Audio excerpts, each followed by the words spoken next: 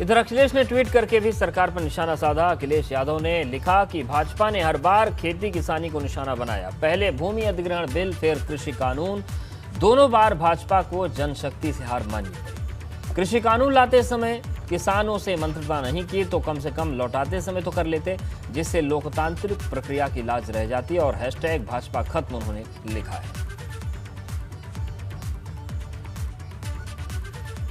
वहीं कांग्रेस के पूर्व अध्यक्ष राहुल गांधी ने भी कृषि कानून वापसी बिल के संसद से पास होने को लेकर केंद्र सरकार पर निशाना साधा। राहुल ने कहा कि पीएम मोदी ने माफी मांगी, यानी कि उन्होंने माना कि गलती से 700 किसानों की जान गई है। 3 काले कानून हैं, इनको वापस लेना पड़ेगा। इसलिए कहा था क्योंकि हमें मालूम था कि 3-4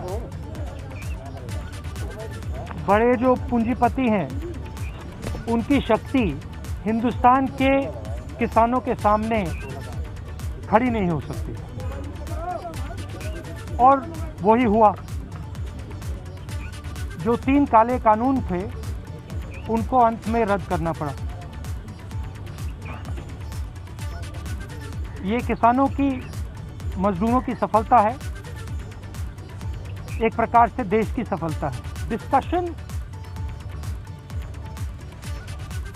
जो हमारे किसान भाई शहीद हुए उनके बारे में है, वो जो 700 किसान जिन्होंने अपनी जान दी उनके बारे में डिस्कशन होना था। डिस्कशन ये भी होना था कि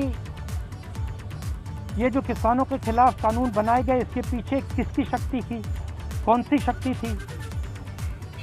ये संसद से कृषि कानून वापसी बिल पास होने पर भारतीय किसान यूनियन के प्रवक्ता राकेश टिकैत ने खुशी जताई। उन्होंने कहा कि अब सरकार से एमएसपी पर गारंटी कानून को लेकर 700 मृतक किसानों को लेकर किसानों पर केस वापसी को लेकर बात होगी। वहीं राकेश टिकैत ने कहा कि फिलहाल हमारा आंदोलन जारी रहेगा। ये काला कानून का बीमारी है, जितनी जल्दी कटेगी उतनी जल्दी ठीक।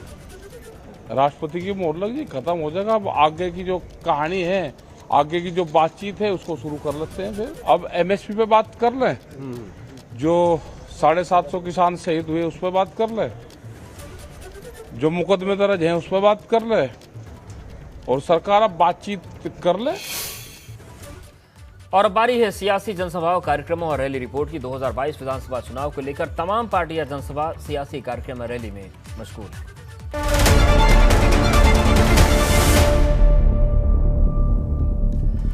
भाजपा इन दिनों किसान को मनाने और रिझाने में लगी है। कृषि कानून वापसी के बाद आज दोनों सदनों में कृषि कानून वापसी बिल वापसी पर मुहर भी लग गई।